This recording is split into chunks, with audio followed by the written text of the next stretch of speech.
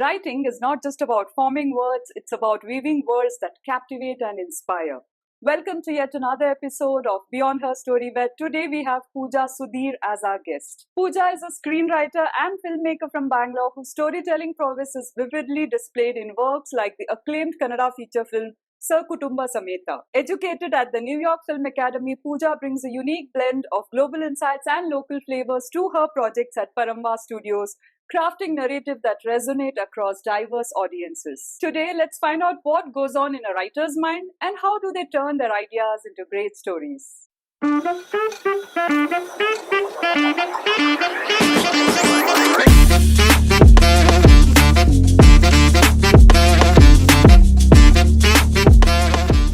Welcome, Pooja, to Beyond Her Story. It's such a pleasure to have you here. Thank you, Sneha. Thank you for having me. I'm happy to be here. Yeah, so this is our first writer on Beyond Her Story. So I'm curious to know about a lot of things. So Pooja, my first question to you is why writing? I mean, it's not something that everybody wants to get into. You know, very few people have this idea of going into writing. So what were your intentions? I wanted to be a filmmaker ever since I was in 9th standard. And when I decided that I wanted to direct movies, I was so naive that I didn't know that writing was an integral part of directing movies. So, you don't necessarily have to write to want to direct. You can also direct other people's work. But I discovered over the years that I really enjoy writing. So, me wanting to be a writer was a byproduct of me wanting to direct movies. Okay. So, that's how I became a writer. Okay, so the first intention you had was to become a filmmaker, and then the writing thing slowly started building up. I wanted to direct movies. I still want to direct movies. So that's how writing became a part of it, and I really enjoy writing. So Pooja, you've done a filmmaking course in New York, yeah, right? So what was that experience, and how did it help you for your projects here? So I did a mass communication degree here, which was really helpful, but it wasn't focused primarily on films. Okay. And I wanted to go to a film school to study films. Okay. And I was privileged enough to go to New York for that. I studied at the New York Film Academy for a year. Yes. And one of the best things that happened there was we only studied films. And it was all practical. So it pushed me to make my own content. Like every weekend we would shoot something. And that's how we were graded. So it gave me a certain amount of confidence to do my own stuff. Mm-hmm. In addition to, being able to interact with professors who've been in the industry or students from across the world with similar interests as you. And that experience really added to me as a person. And even the fact that I was away from home in a different country at a very impressionable age, that really, it really changed me as a person. So Pooja, let's talk about your journey at Paramvah Studios. How did that begin and where did it all start? So in 2017, I was an intern with the Bangalore International Film Festival, and I was working in the core team there. Okay. Which is where I met a person named Bharat Raj, who very recently directed a film called Laughing Buddha, and he's directed another film called Hero with Rishabh Shetty in it. Yeah. And I had expressed to him saying, if you know of any projects that's looking for an assistant director, I'd be happy to come on board, and I'm really looking forward to working in the film industry. And very kind of him that he remembered. And a few weeks after the film festival, he called me saying a friend of his was directing a web series and was looking for an assistant director. Okay. So I reached out to the director, who was this person named Rahul, and he was making a web series for Paramvah Studios. Okay. The web series was called The Middle Child of History, and I joined the team as an assistant director, as a freelance assistant director in 2017. Okay. And I assisted on that project and everything. And 2018 is when I moved to New York for my film school. Okay. And I moved back to India in 2019.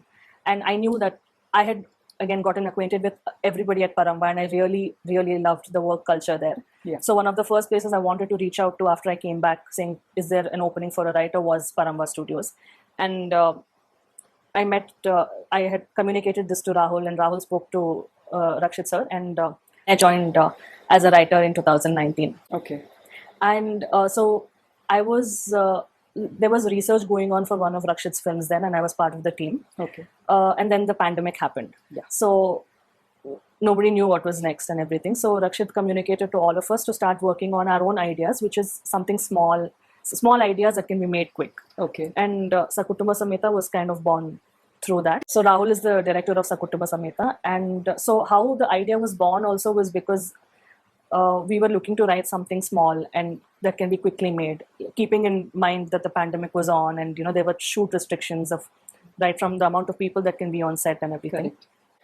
So Rahul was brainstorming an idea about a marriage breakup story because he had seen his friend who went through the process of arranged marriage and rejections and all of that. And around the same time, my best friend called off her engagement just 3-4 days before the engagement. Okay. And I was part of that meeting, and I had shared it with Rahul, saying, all of this happened. I just shared it with him, not with the intention of wanting to write something. Okay. And it so happened that Rahul was brainstorming on an idea that on similar lines, and then he wrote a few pages of the screenplay and sent it to me and said, "What do you think of it?" And then I read and I really liked it, and we shared ideas and everything. And then he asked me if I'll come on board as the co-writer for the screenplay, and that's how Sakutumba happened. So let's talk about Sakutumba Sametha. It's a very well-received movie. Yeah. So were there any challenges that you faced while writing this movie or when it was going on? Actually, the journey of Sakutumba Sametha has been extremely smooth.